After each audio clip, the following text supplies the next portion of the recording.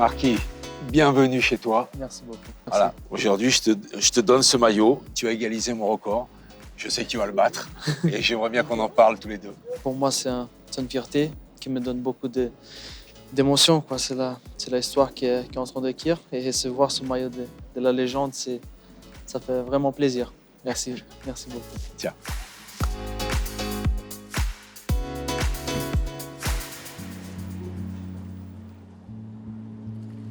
Marquis, ça fait vraiment plaisir de te voir.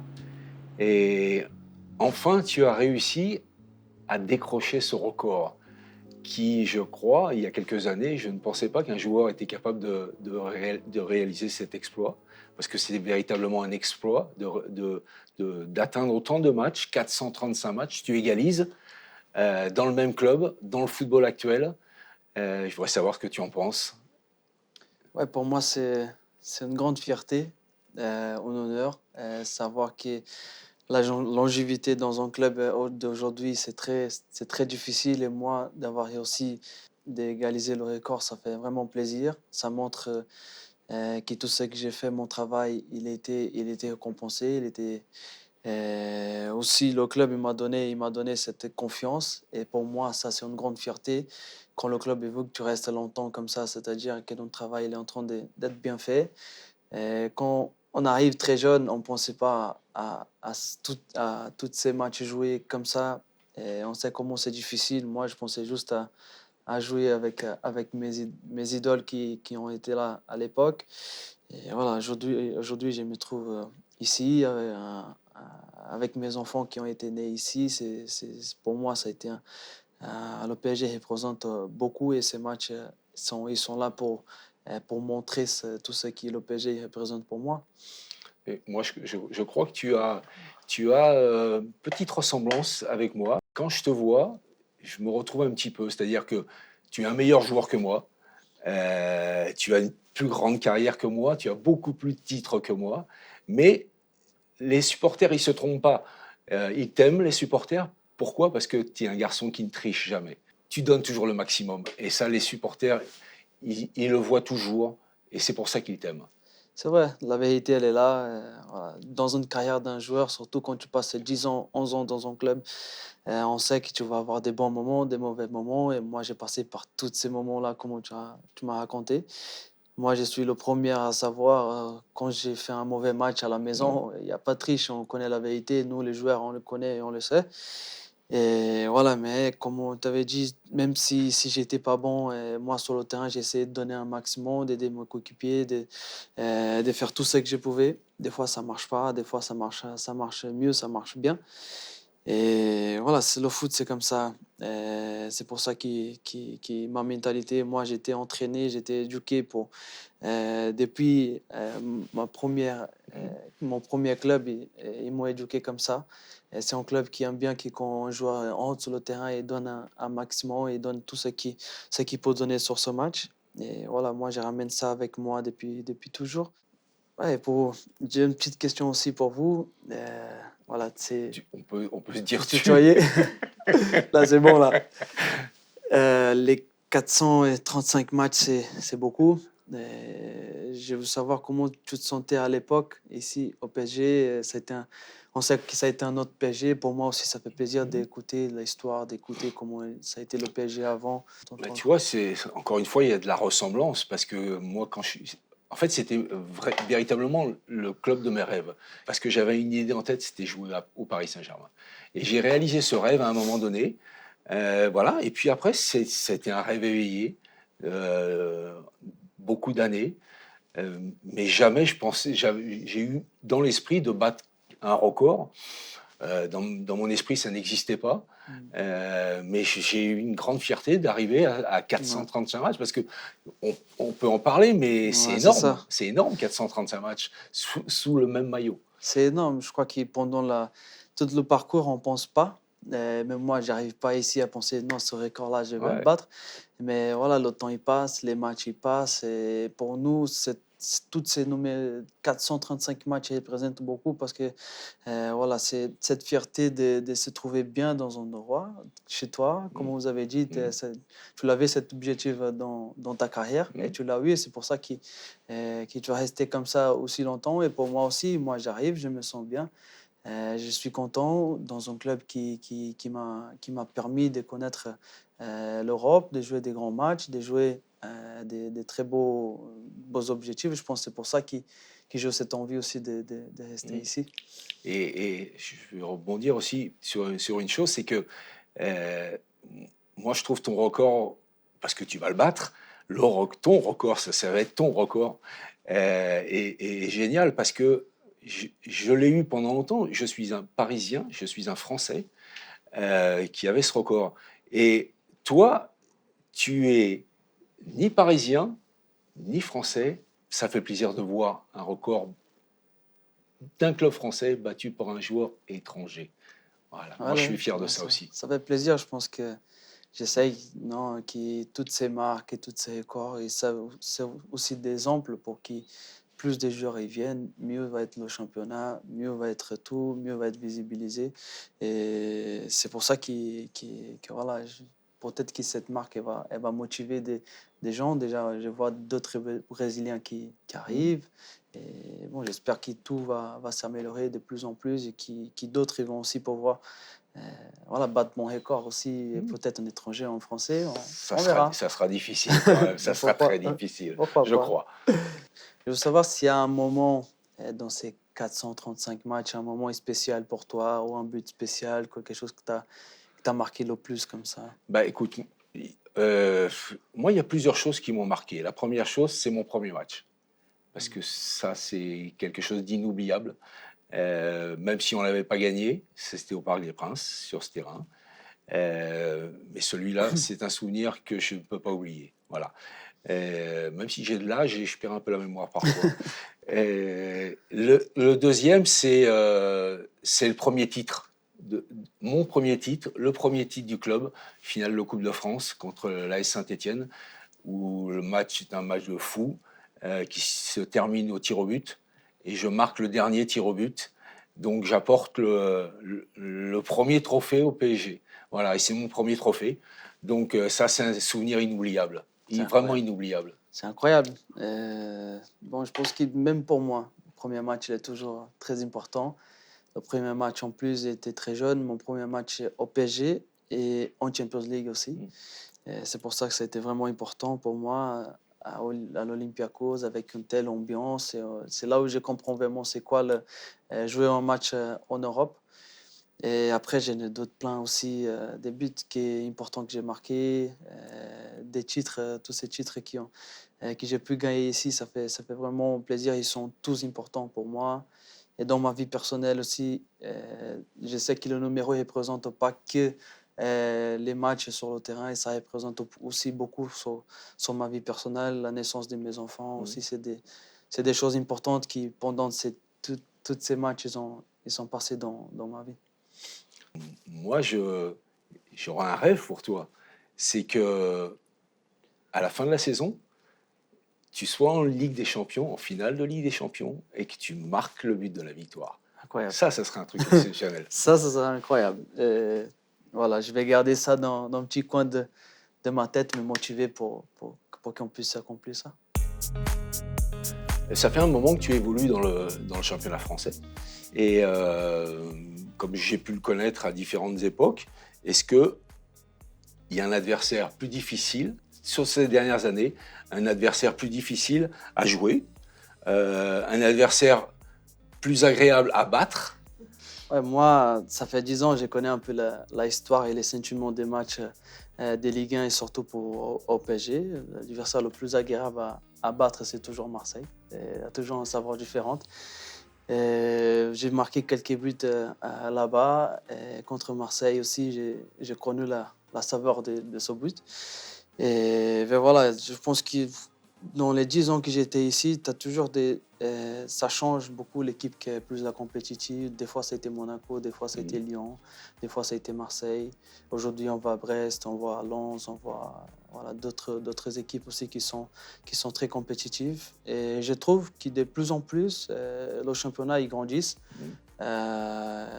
Il y a de plus en plus des jeunes joueurs qui apparaissent et on voit tellement des talents en équipe de France et qui s'appartent d'ici de ce championnat. Et voilà, ça montre la force et la beauté de cette Ligue 1.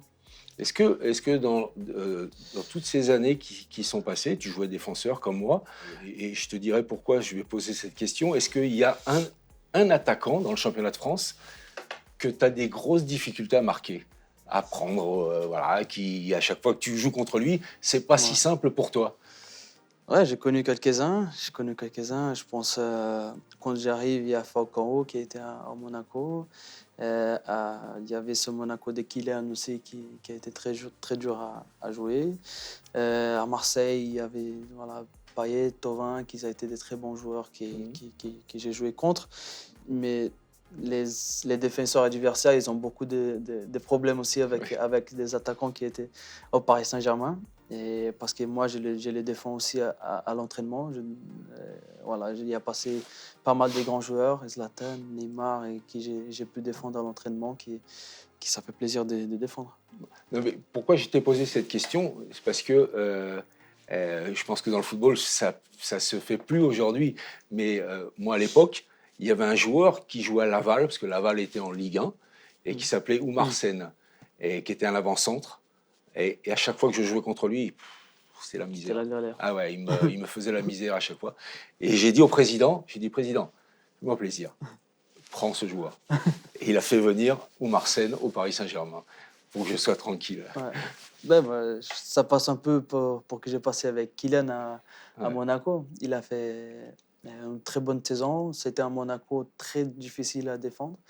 Et quand on a su que le Paris il était derrière lui, on a dit tout de suite, oui, vous pouvez y aller, Ouais. vous pouvez faire confiance parce que le garçon, il est bon.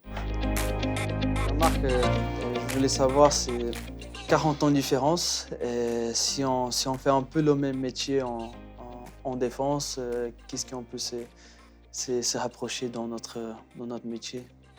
Alors sur le terrain, je dirais qu'on fait le même métier. On a fait le même métier. Voilà, on était joueur de foot. C'est un peu similaire, quoi. Je veux dire, il y a le plaisir, il y a l'envie de gagner, il y a cette façon d'essayer de diriger l'équipe, parce que quand on est défenseur, on voit toujours bien le terrain et c'est facile de diriger, de donner pas des ordres, mais de diriger un peu conseils. les autres. Voilà, c'est pour ça. Moi, je dis toujours, les défenseurs centraux sont des joueurs intelligents. C'est vrai.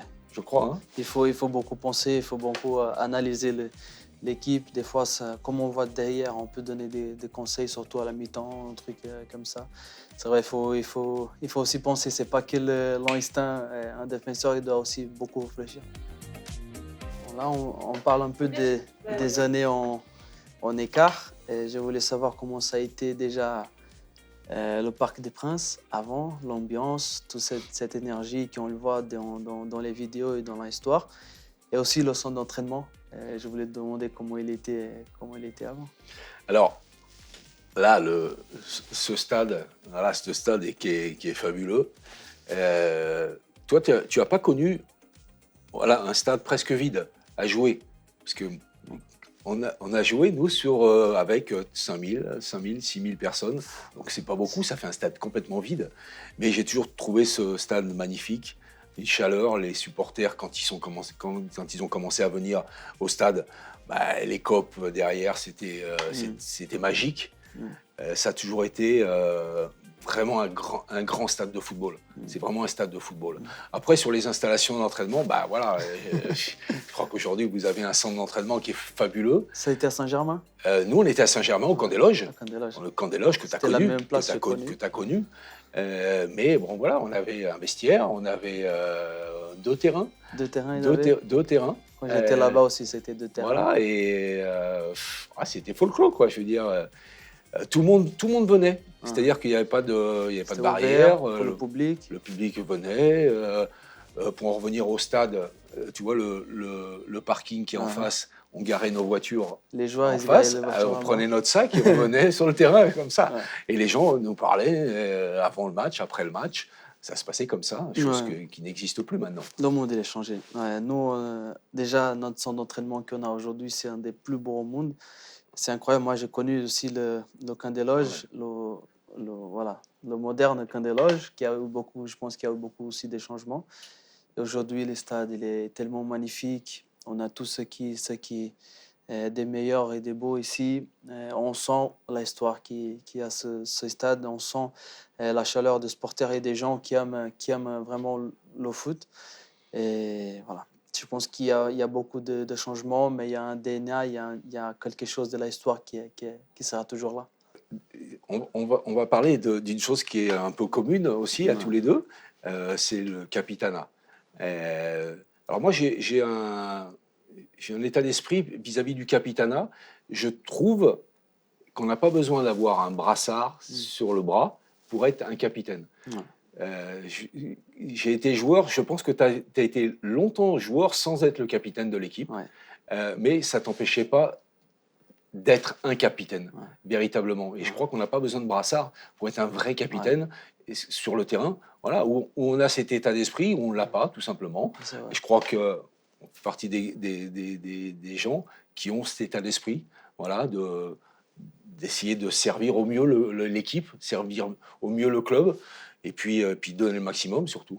Ouais, c'est vrai. Je pense que bon, moi, j'étais pas à la porte d'entraîneur à taper, demander le brassage. Je Mhm. pense que ça vient beaucoup de là.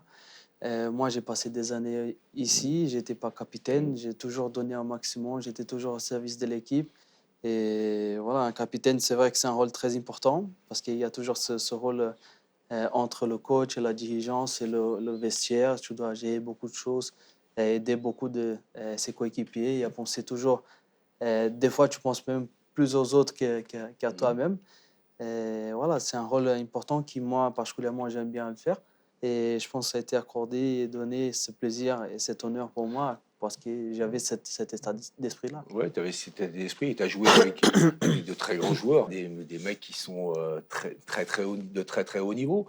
Et ça t'empêche pas d'avoir ta personnalité à toi et d'être capable de recadrer ces joueurs quand ils en ont besoin. Parce que c'est ça aussi l'âme d'un capitaine de terrain, moi je dis. Mm. Capitaine de terrain, un garçon qui est capable de dire à des très grands joueurs, tu devrais faire différemment, donner un conseil aussi. Mhm. Parce que de notre poste de défenseur, on était capable, moi j'ai joué avec des grands joueurs aussi, des garçons comme Safet Suzik, Mustapha Daleb, qui à l'époque étaient des très grands joueurs, Dominique Rocheteau. Je me suis jamais empêché de donner Ouais. des conseils ou de dire à Safet, par exemple, quand il venait dans la surface de réparation et faire des petits gris-gris avec son Mm. ballon, de lui dire va-t'en, va Non, c'est pas devant, ici, pas c'est pas ici, pas ici, ici. c'est pas chez toi ici, va-t'en de là. Ouais, c'est vrai, je pense que un capitaine, il doit avoir ce respect pour l'équipe. Ça n'empêche pas qu'eux aussi peuvent parler avec Mhm. toi. J'ai toujours donné cette liberté. Nous, on travaille comme une équipe, on travaille comme des coéquipiers. Et moi, j'essaie toujours d'avoir le respect de plus jeunes joueurs qui arrivaient au centre d'entraînement, qui est venu avec nous, comme des plus grands joueurs et le joueur le plus important et qui a plus de noms dans notre équipe. Mhm. Et j'essaye de parler de la même façon, de respecter de la même façon. S'il y a quelque chose à dire, moi, je vais toujours dire et eux, ils peuvent toujours me dire aussi. Et c'est comme ça que je pense qu'il y a une équipe, qu'il y a un groupe, et pour marcher ensemble.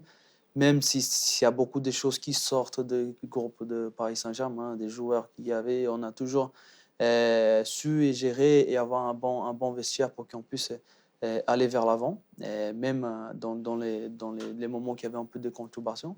Et on a réussi, on a pu le faire des bonnes choses. Et une question qui n'a peut-être rien à voir avec ce qu'on est en train de parler, mais tu es un joueur de foot professionnel, tu as connu beaucoup d'entraîneurs dans ta carrière.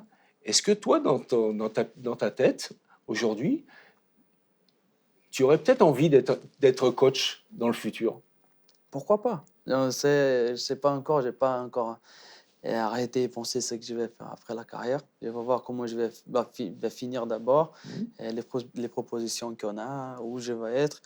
Mais pourquoi pas? Je sais que c'est très dur. Ouais. très difficile la vie d'un coach. Moi, je suis très proche des entraîneurs comme capitaine. Tu vois un Mhm. peu le travail qu'ils font, tout ce qu'ils doivent faire. Parce qu'un capitaine aussi, ça se rapproche Mhm. bien à les Mhm. responsabilités, des interviews, des choses à penser à l'équipe, tactique et tout. Et c'est dur. Un travail d'un coach, il est très dur. Mais voilà, on va voir comment je vais finir ma carrière et pourquoi pas. Ouais, cette relation de capitaine, de capitanat, de cette responsabilité passe aussi par aussi en bonne relation avec les supporters.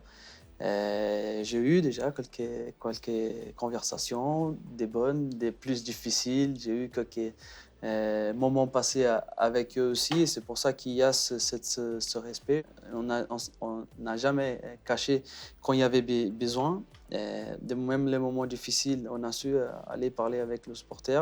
Et des bons moments aussi. On a vécu beaucoup de bons moments avec le supporter. On a passé voilà, je pense à des moments qu'on a gagné, on revenait, ils étaient à l'aéroport à célébrer Mhm. avec nous, on passé des bons moments. Je pense que cette relation, dans 10 ans, 11 ans, on a beaucoup de choses à passer avec le supporter. Et je ne sais pas si vous aussi, comment ça a été avant, si tu as eu beaucoup des conversations avec le supporter ou votre relation Ben, avec eux. encore une fois, c'est pas le même monde. Quand je te dis qu'on arrivait au Parc des Princes avec nos voitures individuelles et qu'on était au parking Tu les en retrouvais face plus facilement. voilà, les discussions, on les avait là, quoi, tu vois.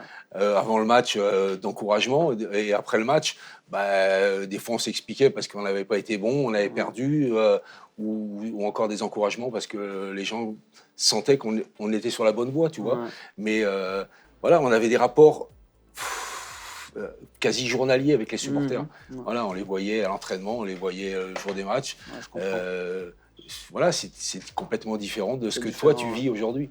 Ouais, c'est différent. Je te vois raconter ça, voilà. On voit un peu comment ça a été la relation avant. Ouais, c'est une relation vraiment différente. Ouais, il y a une chose qui me tient à cœur, moi. On, on- on- on a un record aujourd'hui, celui d'avoir porté le plus longtemps ce maillot du Paris Saint-Germain, le maillot du Paris Saint-Germain. On a tous les deux la même fierté de l'avoir fait. Ça, c'est une chose véritablement importante. Maintenant, moi, je voudrais ton ressenti par rapport à ça. Mm. Euh, Mhm. Qu'est-ce que ça te procure aujourd'hui? Et qu'est-ce que peut-être il va te rester? C'est difficile à penser Ouais. demain, mais voilà. C'est vrai, je pense que voilà, le Paris Saint-Germain, il sera toujours gravé dans mon cœur. Je pense que pour vous, peut-être il a été né. Cet amour, cet attachement avec le club. Tu es un vrai Parisien, tu es né ici. Et moi, il a été construit avec les années que j'ai passées ici. Voilà, c'est pour ça qu'aujourd'hui, avec ce nombre de matchs, avec tout ce que j'ai passé ici, cet attachement, il sera toujours dans mon cœur. Et voilà, j'espère que mon nom il sera par toujours dans la bonne histoire de Paris Saint-Germain, avec tout ce que je vais faire ici. J'espère encore avoir beaucoup de bonnes émotions ici au Paris. Et voilà, et quand un jour je vais arrêter au foot, je serai plus âgé et je vais avoir toujours cette fierté et de voir mon nom écrit dans l'histoire de Paris Saint-Germain, de vivre des bons moments ici. Et même quand je serai bien vieux, je pense que je serai toujours attaché à ce club-là. Je pense que voilà, je vois aussi, vous aussi, vous êtes toujours attaché, vous êtes là aujourd'hui.